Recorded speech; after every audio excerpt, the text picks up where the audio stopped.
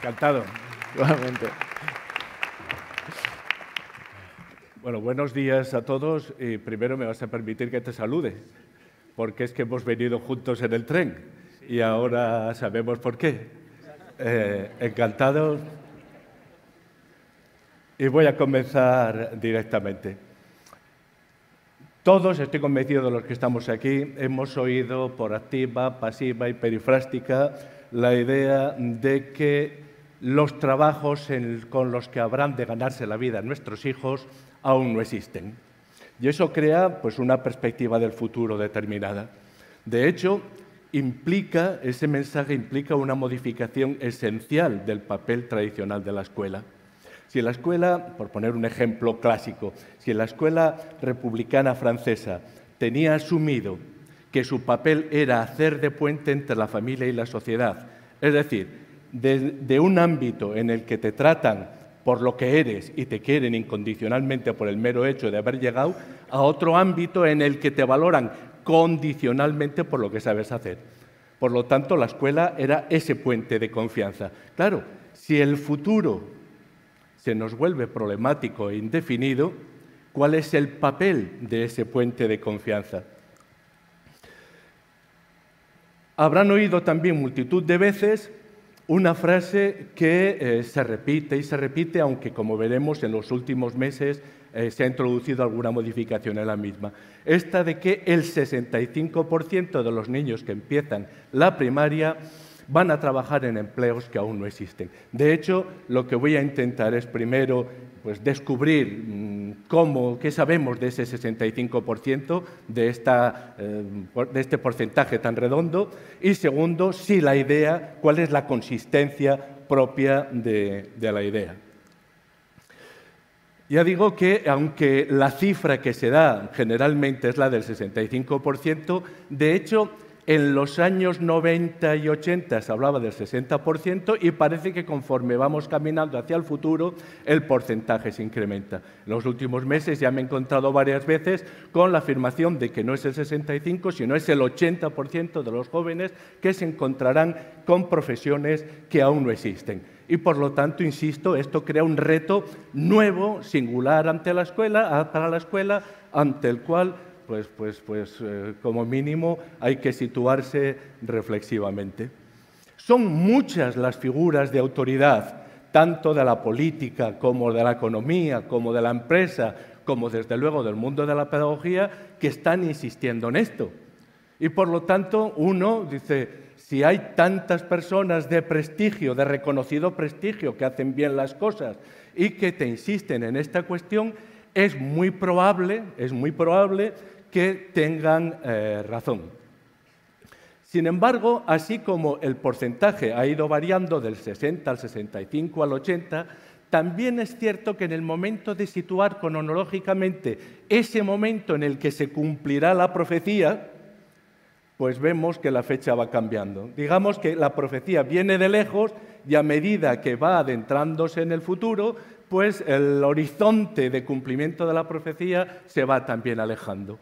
Lo cual no deja de ser curioso que se manejen unas cifras tan redondas con un horizonte pues, que se va alejando a medida que nos vamos acercando a él. Bien, ya digo que podríamos aquí aducir centenares, miles de ejemplos de figuras, medios de autoridad que parecen, o al menos que afirman esto, sin ningún género de dudas. De hecho, las fuentes inmediatas de esta seguridad son dos. Una, el Foro Económico de Davos, ahora lo veremos, y la otra, un estudio de la OCDE. Por lo tanto, si tenemos figuras de autoridad, más Davos, que hoy es lo que cumple el papel que cumplía Delfos en Grecia, allá donde vamos a escuchar a los augures del futuro para que nos digan cómo van las cosas. Y segundo, si la OCDE, que parece también que es una institución de prestigio, nos lo dice, ¿cómo vamos a dudar de que una cuestión tan importante se pueda jugar frívolamente? En el Foro Económico Mundial, en un estudio que habla precisamente del futuro de trabajos y herramientas, se insiste en esta misma cuestión, el 65%. Ahora bien, en una nota a pie de página que normalmente pasa desapercibida, se toma como referencia o como fuente un portal, Shit Happens, que se elaboró un vídeo fácil de encontrar en YouTube, en el que, pues básicamente eso, ¿qué sabes de?, ¿no? Y que, digamos, en Shit Happens no tienen un afán desmesurado por ser rigurosos con sus datos.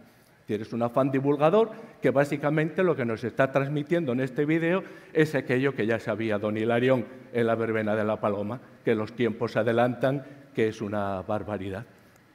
Bien, nos encontramos también con la OCDE, con lo mismo, pero en este caso tenemos el porcentaje con el 65% y no hay una nota a pie de página que merezca un comentario.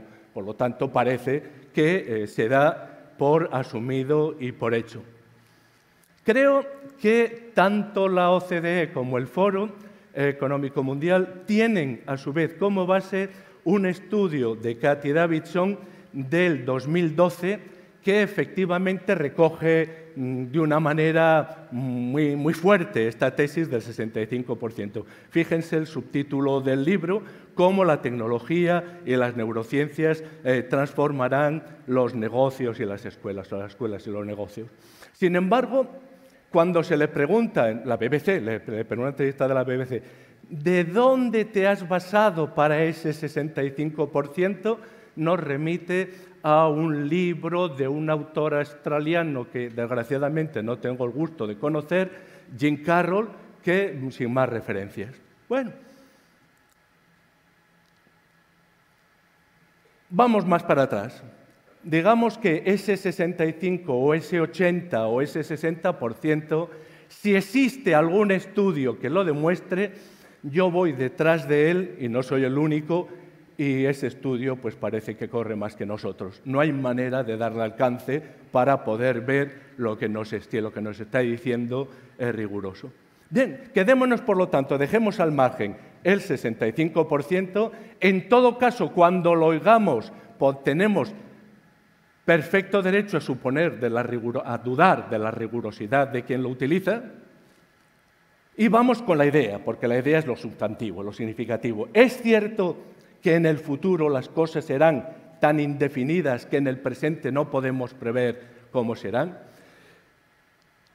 Creo que la referencia, la cita que marcó de una manera más clara esta visión se debe al que fue el secretario de Educación de Clinton, Richard Riley, que en el año 2004 dijo algo que al estar expresado de una manera tan contundente ha sido repetido centenares de veces en libros, medios de comunicación, etc. Leo literalmente la cita porque tiene mucha fuerza. Dice, los trabajos más solicitados, repito, en el 2004, aquí es el que está acompañando a Clinton, los trabajos más solicitados del 2010 todavía no existen. Los trabajadores del futuro inmediato utilizarán tecnologías que aún no han sido inventadas para resolver problemas que ni siquiera sospechamos hoy que serán problemas mañana. Bien, entonces, digamos que es la formulación fuerte de esta tesis que nos marca pues, el futuro como algo muy indeterminado. De hecho, la idea tampoco es de él. El mismo Clinton la utilizó en el 96 en una charla ante un grupo de estudiantes. El hecho de que Riley y Clinton la hayan utilizado a mí me permitió de podamos investigar a ver cuál es el origen dentro de los pedagogos del Partido Demócrata o demócratas norteamericanos y laboristas británicos. De esta manera pude llegar a un pedagogo laborista realmente interesante, Moger, que en el 66 plantea de una manera también muy clara el futuro ya no nos sirve, ya no será como lo hemos conocido, hay que cambiar las cosas, pero él insiste, teniendo como referencia algo que le estaba dejando fascinado en el 66, que era la emergencia de la Revolución Cultural China, él insiste en que los contenidos, el cuerpo de contenidos, dice él, ya es algo que es inútil. Dice, no solamente es inútil, sino que nos debería dar miedo ir a las aulas a dar cuerpos de contenidos a nuestros alumnos, porque como el futuro está cambiando, lo que hay que hacer es trabajar con problemas, aprender a captar problemas, a analizar las cosas, estar un poco pues haciendo realidad aquel famoso lema de Be Water, my friend, ¿no? Hay una referencia anterior, y yo creo que esta es la anterior, la primera al menos, yo no he encontrado ninguna anterior, sobre esta idea de que preparémonos muy en serio para un futuro que se nos ha complicado. Lo que pasa es que la que vamos a ver ahora, ese futuro se ha complicado de una manera que lo que va a estar planteando como solución no es el Be Water, sino más rigor de conocimientos, mejores currículums, una enseñanza más directiva. Me estoy refiriendo a un personaje, Devereux, que mejor sería pasar, antes de pasar, digo lo que tengo que decir, después vamos a la imagen, que el 28 de octubre del 57, señala esto, ¿no? El futuro se nos ha hecho muy complejo, tenemos que prepararnos para ese futuro con herramientas que no son las que hemos estado utilizando ahora. Pero está hablando el 28, y recalco el 28, porque exactamente 24 días antes los rusos habían puesto el Sputnik en órbita. Y entonces se produce una conmoción extraordinaria en Estados Unidos, se crea una comisión dirigida por el demócrata Lyndon B. Johnson, cuya cuestión es ¿qué alternativas presentamos para no quedarnos atrás respecto a los soviéticos? Y entonces aparece una cuestión de una importancia y manera de ver enorme. Hasta ese momento, la escuela progresista de Dewey había sido hegemónica en los Estados Unidos. De hecho, incluso los soviéticos en el momento de la revolución lo invitaron a Moscú para que les hablara de las metodologías a él y a su discípulo Kilpatrick, el trabajo por proyectos, etc. Los rusos, pues mira, en el 33, una declaración del Comité Central Soviético prohíbe la experimentación en la escuela primaria, la escuela pedagógica. Y la adecuación de contenidos y planes quinquenales se verá desde Estados Unidos como la clave del éxito ruso. ¿Qué hacemos? ¿Qué hacemos ante, primero, ser conscientes, para entender la reacción norteamericana, ser conscientes de lo que supuso, ser conscientes de que para los medios de comunicación era una llamada de atención extraordinaria para la conciencia del tío Sam?